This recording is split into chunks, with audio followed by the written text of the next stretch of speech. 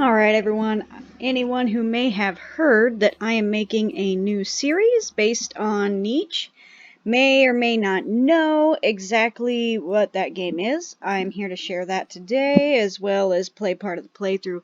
I'm only going to be playing 5 days or years for this one. I'm going to make a new one here because I had another playthrough. So, Niche S1, or I'll just call it Niche Story. Oop. Typing with one hand here. Now I want it to not be on story mode because for those who don't know, story mode will go immediately into the game settings and into Adam's quest where a specific Nicheling will always be chosen, and I want ours to start out completely random. And by complete randomness, I mean everything except for genes making sure they won't be born sick and making sure that our first couple will not have a fertility problem. Everything else is random. The way they'll look, the way they can get food, all random. All the colors, everything fun. These are just going to be these random little creatures with random shapes. You gotta breed to make them more efficient in their territory, and it's a very good story prompt. I've learned you want to make stories out of your little creatures, and because it's a good story prompt, I can use this to write my story and also create my characters and make the process much faster to start it off. I'm only going to be playing 5 turns, which I call years my way. I'm going to go through my settings. Now, I hope this isn't very boring. I hope to leave a timestamp to skip all this boring stuff in the beginning so that you could just watch the story if you would like. But for now, I'm going to go through an explanation of my settings and why I set them up this way so that I can make the story how I want to make the story flow for each episode. So my settings, and I wanted them to age like humans did in a way to make it more interesting. The way the game naturally has it set up, babies would be born in in a way where one letter to the next, one's almost an adult, or one's a teenager by the time the other's a baby. There's no camaraderie between siblings. It's just like they're another parent or an aunt or uncle or something. I wanted them to have siblings and be more relatable. Time just passed by so fast for all their ages. They died like crazy. It was just... It was a mess. And also babies, though everything else would age so fast, they wouldn't be able to move their first day, when most babies, if time is moving pretty fast, they could crawl around and move out of the nest a bit, and the mother could get pregnant again right away after giving birth. A little more realistic to animals and even toward people in a way, because you see siblings that are only like a year apart. That being said, there was no 9-month setting or anything, so 1 day meaning 1 year of them being pregnant with the baby. 1 year of them being a baby, then they're a child for 8 years until they reach the age of 9 years old. At that point, they counted in the teen category, which lasts all the way until they are 20, and then that's their adult years all the way out. And then they live 80 more days, which means 100 years at most. Now, most Nichelings are going to have some kind of illness. They'll get sick, they will get attacked by creatures, and that means they'll die at all sorts of random ages, not all the way to 100, but that's like their cap, kind of like our lives. And most of us, like most of them, don't make it to 100. So I made these settings to make them age like us. That's all I did. That way the characters are going to be a lot more relatable. And I'll be able to practice drawing them at every little bit of the age that they are. Like all the characters will just grow up, not like Lion King where there's 2 modes, cub and adult. Has anyone noticed that there's very few stages? Like maybe there's a teen added later, when Simba's walking along the log, he ages and there's just cub, then teen, then adult with no transition in between. That's very slow, that really shows the aging process there. It's just, I like to see the characters grow up, and it's going to be one of the features of the of the series, if it continues, that you get to watch the characters grow through all the stages of their life. It's not just, oh, they're teeny weeny at some point, and, oh, they're a big adult the next day, which would be with the normal settings. So they get damage and food all the same way. They just age much slower. Gene settings, the male's the same as the female, but I want to show you that all these are random. These question marks mean random. I could have selected any of these genes, maybe scorpion tail, but I want it to be random because any of the genes that they could get, I just don't want to be too controlling of the story. I want it to flow like nature and then just make a story off of the prompt. So the animal can be anything. Look at all these randomly generated. Turn it aside, see more of the shape with the tails and everything. Anything they could be. And the names, I'm going to rename them depending on how they look and what their skills are when I do see them. Excuse me. So, and the males, just so that I could show you, the males also have the same settings and they can look like anything. The main difference with the males is you'll notice they have a little mane on their head and on their cheeks. And that's how you could tell a male from a female. So gameplay settings, I left alone. World settings, I left alone. No win conditions, we're done. Okay, so away from the boring stuff, I got my settings on. I'm going to go back. We're going to go on Tiny Green, and the reason we are is because if we start off on one of the hard islands, we'll be so focused on just staying alive if we get creatures with bad genes that it might end the whole line and end the whole story. I want them to have a good chance of getting good genes before they move on to another island, which may be a part of the story. So let's go ahead and select play, and we'll put the timestamp on 7 minutes now for the beginning of our playthrough in this story. We're about to see who the first male and who the first female is. I can't believe I took 7 minutes to explain everything. But I can't wait to see. Oh my goodness, they're almost the same color. A lot of the times they look way different. I can't believe we have one with 2 wings. How fortunate. Usually when we have the wing gene, they only have 1 wing. Problem is, unless the female also has recessive wing genes, the babies are going to be 1-winged creatures, definitely. And that might be a problem, unless I make her have wings in her genetics. I did not expect this. I honestly was going to be making a bunch of quadrupeds, but I guess we're going to have to see how this goes. I never had that happen before. And he looks so cool, like a little, like a mammalian dragon. Look at that.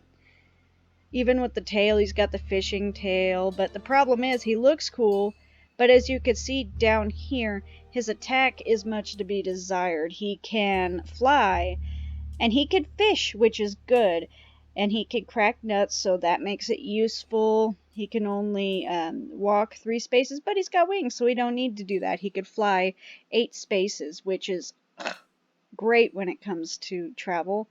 And maybe that might make up for the strength, who knows. I've seen those that fly have been the best hunters, like the best. Anytime something shows up on the screen, you could get it. I mean, that's how they are. Probably how he'll be with the fish. I gotta put him up in a tree somewhere, but what would I call him? I think I would call him Wyvern, or Wyvern.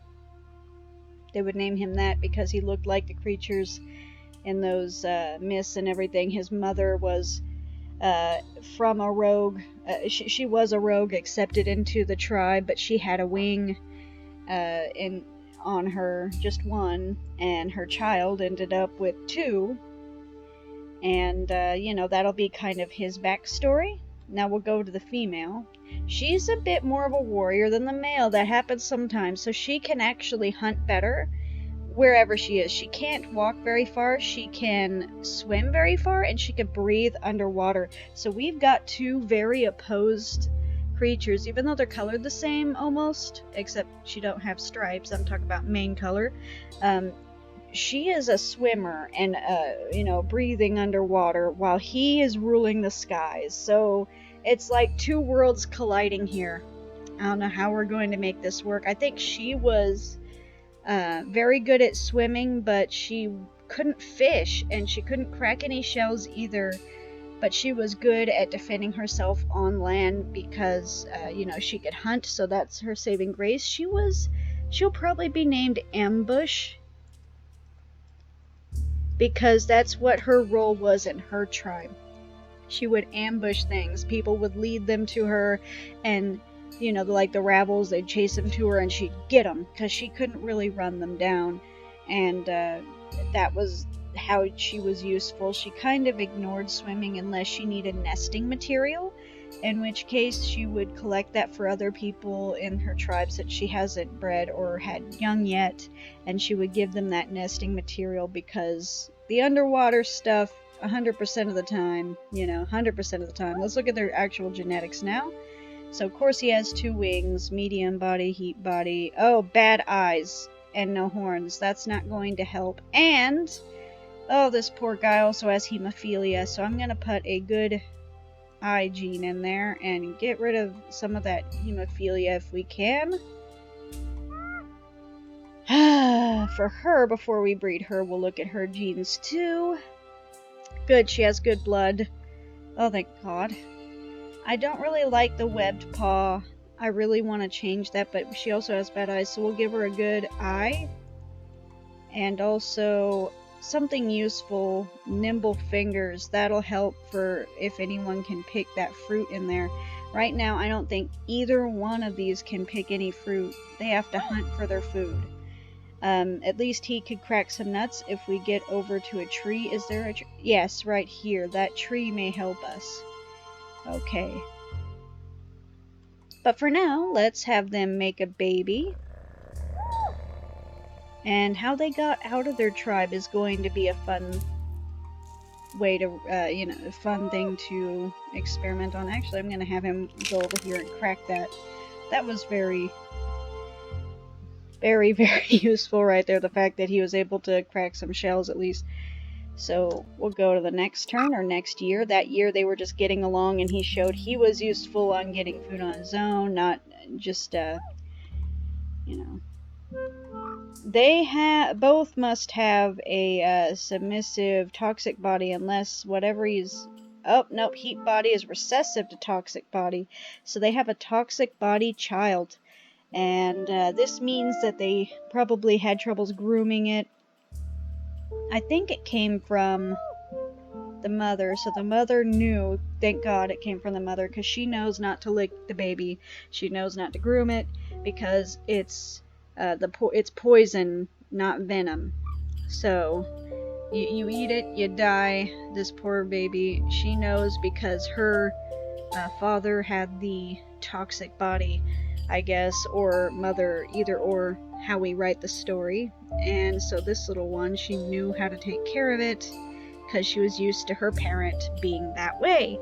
This little guy's a little more useful. He can fish, crack nuts, and gather food. Thank God. And he can see normal. Let's see. He can breathe underwater. He's a good baby. Okay, so he's got hope. Other than his toxic body causing troubles for his parents, he's actually got a lot of useful genes that he can use to help the family, including his siblings that are going to be on the way. What will we name him? He kind of looks like a guppy, but kind of like those little glowfish. I think we'll call him Glow, because it looks like he glows even in the night because of his bright neon green coloration. And that's what they call him, Little Glow. And we'll have her breed again and clear away some nesting material. And we'll have Papa go and look to see if he can... I think we're going to move him toward the tree. Oh, he could kill that... Oh, he can't. I forgot he can't hunt. He tried and failed, and he's mad because he's got a kid to take care of, kind of feeling useless type of thing. Oh, we got a one-winger. She can't fly, and that's going to slow her down in abilities-wise, especially because all she has is a swimming paw after that. Shoot. At least she could crack some things on the shore, she might be delegated to doing that. She definitely can't breathe underwater. She has no water body or gills. So, I mean, it's in her genetics, but it's submissive. So, yeah, she's only good for cracking shells or those nuts over there by the tree. She could do that too. Actually, I think we'll have her do that instead, because they don't want her near the water because of that wing would make her very vulnerable to the waves.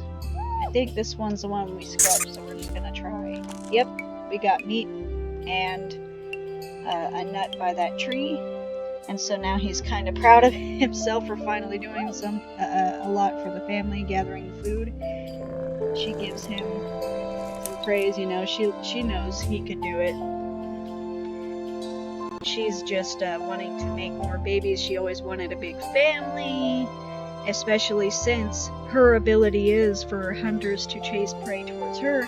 She would probably rely on her family to do the same for her again. So she wants a big family, which is why she's so quick to get to it. Little Glow coming over here after shy little... Oh, we gotta name her, I forgot. Goodness, she's going to be cracking a lot of nuts, and she's got one little wing, and she has a little squirrel tail. But we don't want to name her just Squirrel, or at least I don't. I think we'll name her Shell.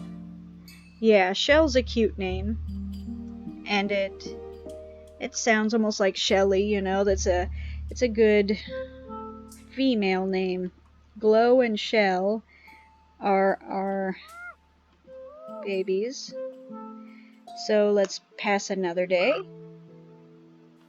We're going to stop on day 5 or year 5 so that the story isn't told too fast, so we don't have too much to block in when it comes to telling the story. So we're 2 days away from it being the end. Our little kids are born. We're going to name him. He's only good at cracking things. Ugh, and he's got one little wing too. What would we name him? I think we would name him...